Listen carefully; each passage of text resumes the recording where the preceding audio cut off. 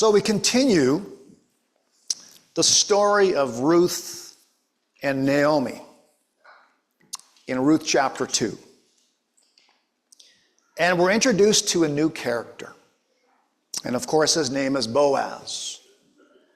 We are told that he is a man of standing, which probably means that he is a man who has some wealth and influence in Bethlehem and the surrounding area. He also is a relative of Elimelech. He is, of course, the husband of Naomi, who passed away while in Moab. Now, Boaz is not the sort of guy that depends on other people. He is what you might call the big guy in Bethlehem. But let's remember, these are challenging times in Israel. It's like the Wild West. Everyone was doing what they thought was right in their own eyes. There was immorality. There was no king. There was danger. Injustice was common. So there is a suspicious side to being a Boaz who is the big guy in town. You see, in the story of Joshua, we learn that land was supposed to be evenly distributed between the clans and the families so that there's fairness. There wasn't supposed to be any big-time landowners. Now, we're not saying that Boaz was or wasn't. All we know is what the scriptures tells us. He was a man of standing. He had some wealth. He had some influence. But it leads us to ask the question as we get into Ruth chapter 2, is the question of who does one trust? Who can you trust? Who can Ruth trust? Where are all the people of faith in Israel? Have they gone chasing after their own gods? Are they only concerned about their own dreams and goals? So, the only Israelite men that we've met so far in the story are already dead. Elimelech ignored the commands of God, wandered off into Moab, and when the father doesn't follow the things of God, then the chances of his own children following diminish. And so consequently, the sons, Mahlon and Chilion, took for themselves foreign wives, treating them like things, but all three men from Israel are dead, leaving their wives to fend for themselves. No children, and of course no grandchildren, and the two widows have now returned to Bethlehem with the hope of more food. Meanwhile, Ruth and Naomi begin a new life in Bethlehem. Do you remember Naomi's bitter words and meltdowns? And one wonders how she's doing now. How will God care for these two widows? What about their future now?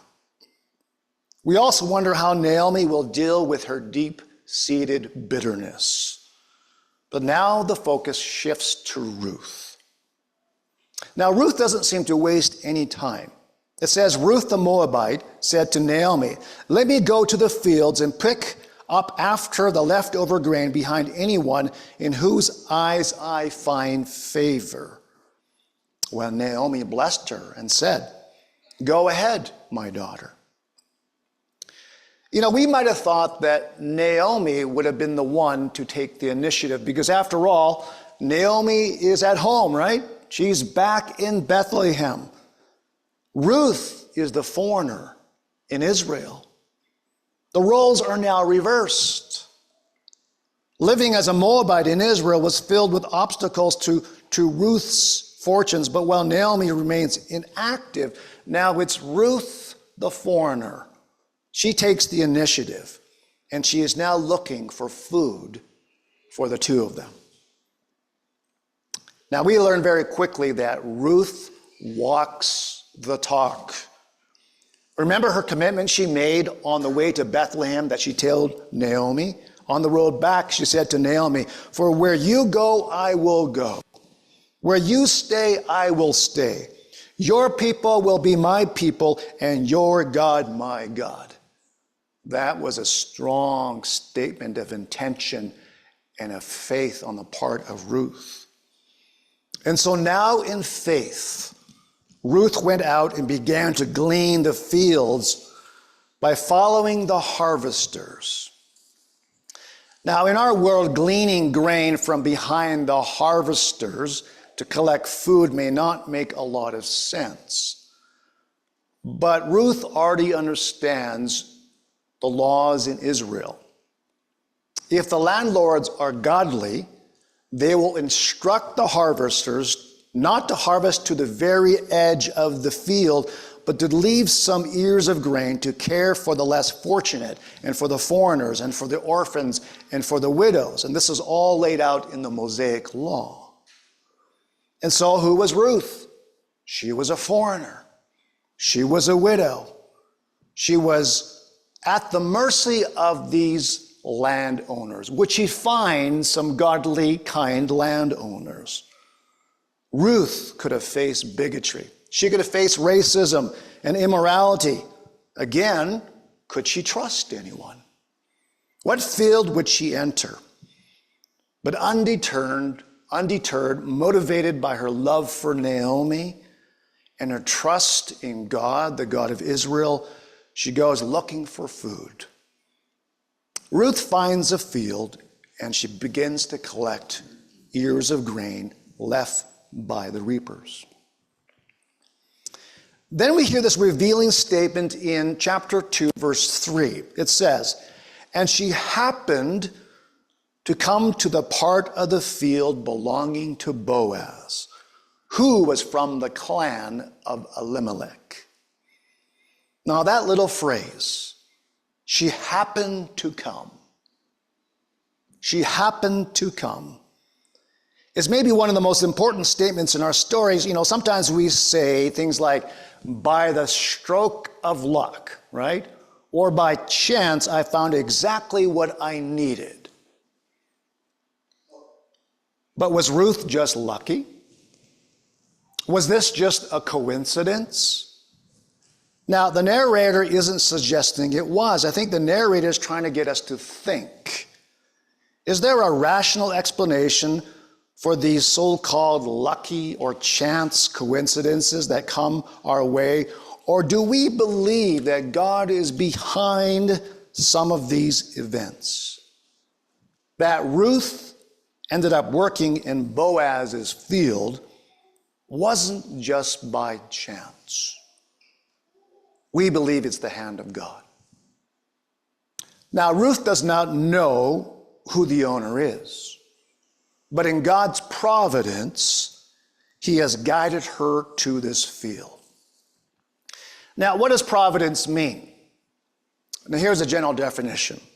The idea of providence is the conviction that God sustains the world, that he has created and directs it to its appointed destiny. So because God is sovereign, which means he is in control, and above all things, we believe he is providential. He providentially guides and he moves to bring about his purposes so that God is honored through the lives of his people. Now, this doesn't mean our choices don't matter. Our choices do matter. They absolutely do matter. We could very well ignore the hand of God and suffer the consequences. But God will providentially extend his hand to his children to show kindness and to show his divine purposes, to encourage us to trust him, especially when times are tough. Well, Ruth was working in the fields that day. Verse 4 says, "Just then Boaz arrived from Bethlehem greeting the harvesters." Oh, there it is again. Just then.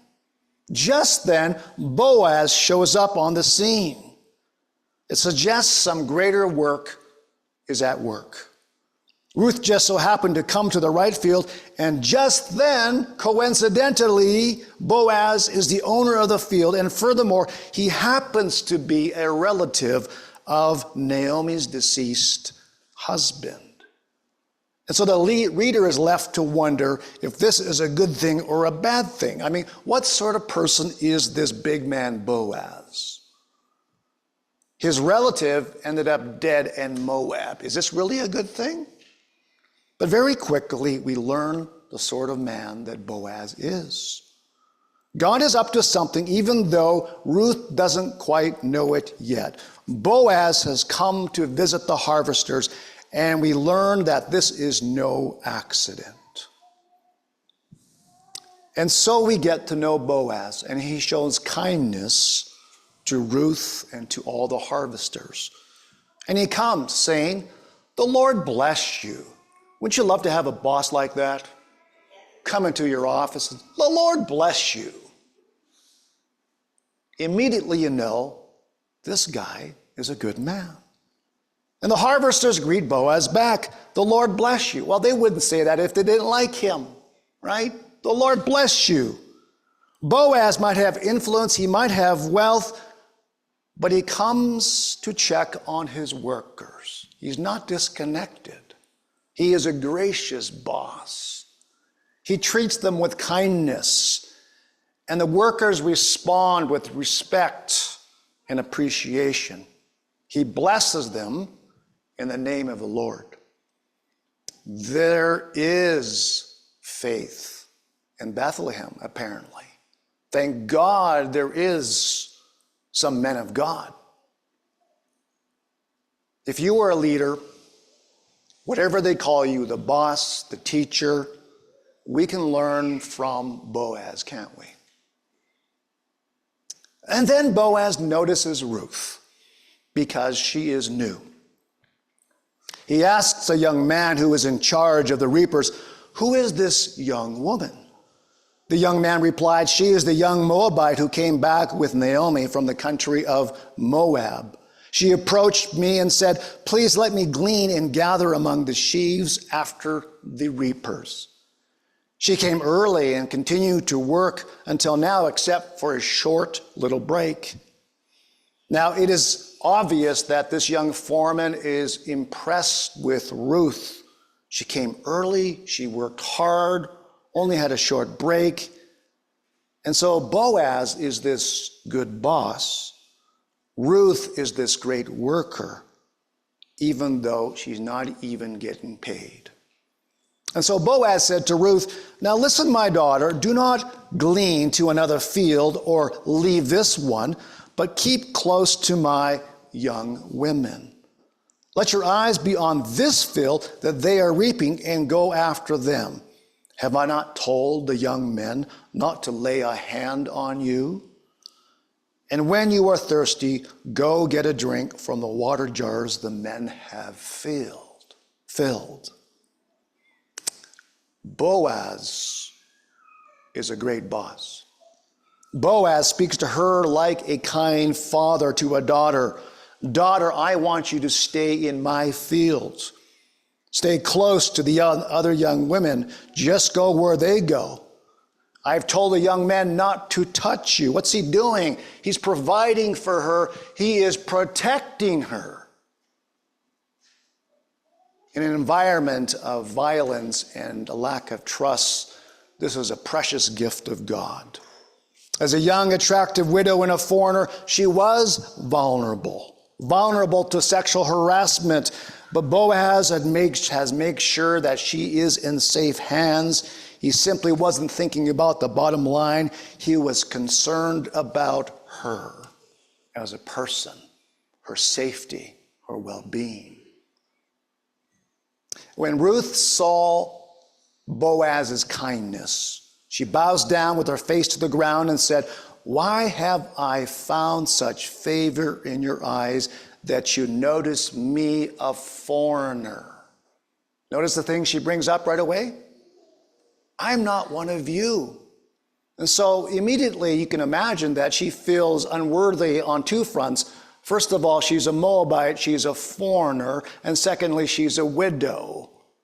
She's picking up the harvest just on the edges, and yet he treats her almost like a daughter. You're one of us, is what he's saying to her. And she can hardly believe the kindness that she's received from Boaz. Boaz's answer lets us know that he has already heard about Ruth's reputation, even though this is the first time that he has met her. This is verses 11 here. Boaz replied, I've been told about what you have done for your mother-in-law since the death of your husband, how you left your father and mother and your homeland and came to live with a people you did not know. Boaz has taken notice of Ruth's courageous faith and kindness for Naomi. Coupled with her good work ethic in the fields, Boaz is truly impressed with her. Her example is something to behold, but what Boaz says to her next really gets to the heart of what Boaz knows about her. Verse 12. May the Lord repay you for what you have done. May you be richly rewarded by the Lord, the God of Israel, under whose wings you have come to take refuge. So Boaz prays that God would bless Ruth for all that she has done. But notice how Boaz is not saying these things simply because he was kind. He says more. He prays that God would reward Ruth because ultimately she has taken refuge under the wings of God, the God of Israel. And so having taken refuge under the wings of God, God was protecting her. Ruth was so completely humbled by Boaz's kind words, she said to him, may I continue to find favor in your eyes, my Lord. She said, you have put me at ease by speaking kindly to your servant, though I do not have the standing of one of your servants. And so filled with gratitude, Ruth returns to work, but later the workers stop for a meal break. In verse 14, Boaz says to Ruth during this break, come over here. I have some bread and dip it in wine vinegar. You know, Ruth was not a hired servant yet, and she probably was resting by herself, not with the others. But Boaz's kind invitation, she joins the others. Then he personally gives her some food. And then in verse 14, she says, he offered her some roasted grain. She ate all she wanted, and she had some left over. Her needs are being met and beyond. But we are also left to wonder, why is Boaz being so kind to Ruth? So Ruth returns to work. Boaz instructed the young men to let Ruth glean among the sheaves and not to reprimand her for it. So she's no longer at the back or on the edges. She gets the whole thing, right? The best stuff. And so he tells the young men, pull out some from the stalks for her, from the bundles, and leave them for her to pick up, and don't rebuke her. Boaz was going far beyond the commands of the law. His kindness, his protection, and generosity were far more than she ever dreamed of. And so we asked the question, why is Boaz being so kind? What is God up to anyways? Where's this kindness coming from?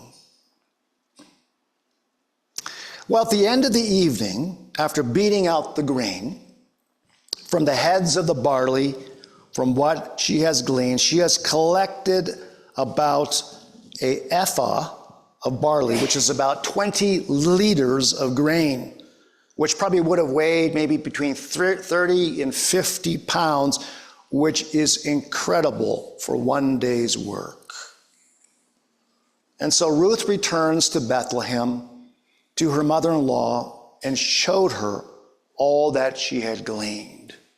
And of course, Naomi is happy. Ruth returns satisfied and had enough food to last a long time for Naomi and herself.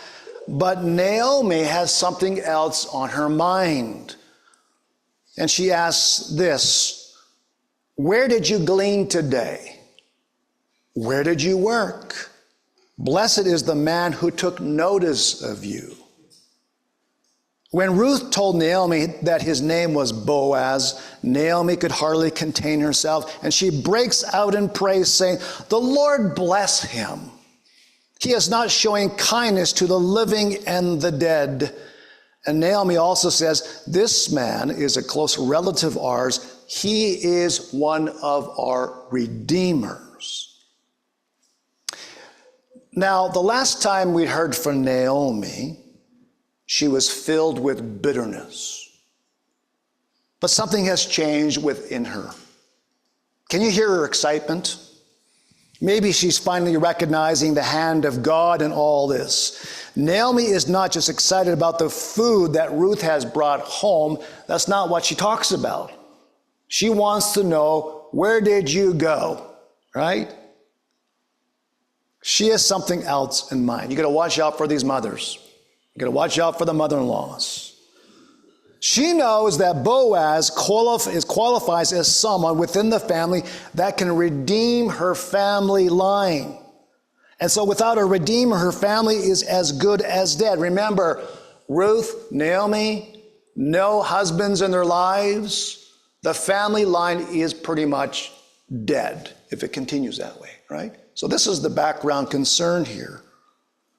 And so only time will tell if Boaz will be the answer to the problem. So the story is not finished yet, but there is much to glean from the story. Sorry about the pun. But the key to everything is this. Ruth found refuge where? Under the wings of God. Ruth found refuge under the wings of God. Her deep losses in Moab have led her to the Lord providentially, but she has chosen to find refuge under the wings of God, and God has blessed her immensely so far. Is this just an accident?